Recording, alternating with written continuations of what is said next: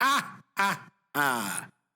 I'm posting this before the market opens July 14th, Tuesday, 2020, as earnings kick off with the biggest banks. Before that, though, did you guys see the S&P 500 slide on California's reopening rollback after quickly erasing vaccine hope gains? Crazy. Literally, we're talking one moment, the market's up 500 points on the Dow, then skirt all the way down to 10. Now, with California extending closures of bars and indoor dining, worries were made around economic reopening nationwide. Now, on the corporate earnings front, PepsiCo jumped after revealing better than expected revenue in the second quarter. The report marked the unofficial start of the earnings season, which honestly has me on the edge of my seat. Major banks are kicking off here Tuesday with JP Morgan, Citigroup, and Wells Fargo, all slated to release quarterly results. These firms are expected to show a sharp decline in profits due to loan loss reserves and weakened net interest income. Now, this is where I'm interested because I wanted to make a short play on banks going up, so this is a big week for me. The thought was mostly just looking at how far they've been brought down compared to the rest of the market, and the expectation it might be so low for banks, they might surprise people like every other stock seems to be doing. So fingers crossed, we'll see. I think this will set the tone for the rest of the market. Goldman Sachs says it expects the S&P 500 earnings per share to drop 60% in the second quarter, the biggest decline since 2009 during the financial crisis.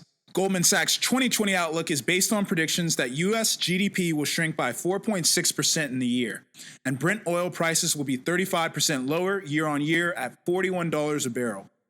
Now, of course, we've also been seeing this recent spike in cases, and the spike is likely happening because cities are reopening without people following social distancing and health protocols.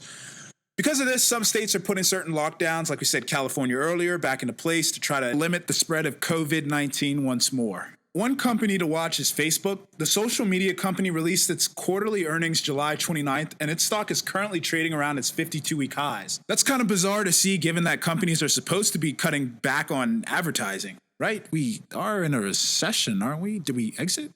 I mean, some of these stocks are hitting record highs. Anyway, now there's some problems that Facebook investors need to worry about.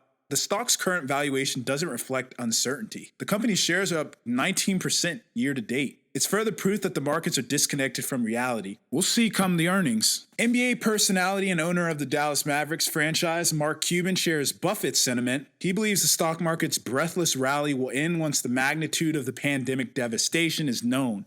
Day traders are making money thinking they are geniuses in the bull market, and some compare it to the dot-com era, thinking that these calls are a can't-miss strategy. The bubble eventually bursts, though there are some that say that this bull market could continue well throughout the summer. Tom Lee's one of those who says that the markets have been bracing for a more dire path regarding COVID-19, which despite the rising infections has yet to see a sustained increase in hospitalizations and fatalities. Hang on to your hats. Maybe panic later. Can't say for sure, but happy trading.